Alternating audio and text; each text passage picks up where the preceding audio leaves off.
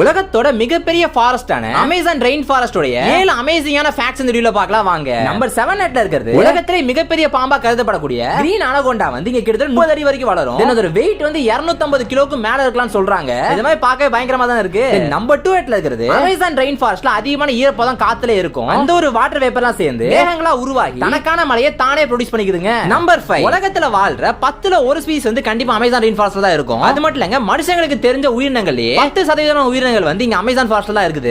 Number 4 ல இருக்குது உலகத்தோட லங்ஸா வந்து நம்மளுடைய அமேசான் ரெயின் ஃபாரஸ்ட் தான் சொல்றாங்க. ஏன்னா உலகத்துக்கு தேவையான ஆக்ஸிஜன் சப்ளைல 20% ஆஃப் ஆக்ஸிஜன் இந்த அமேசான் ரெயின் ஃபாரஸ்ட் மட்டும் தருதுங்க.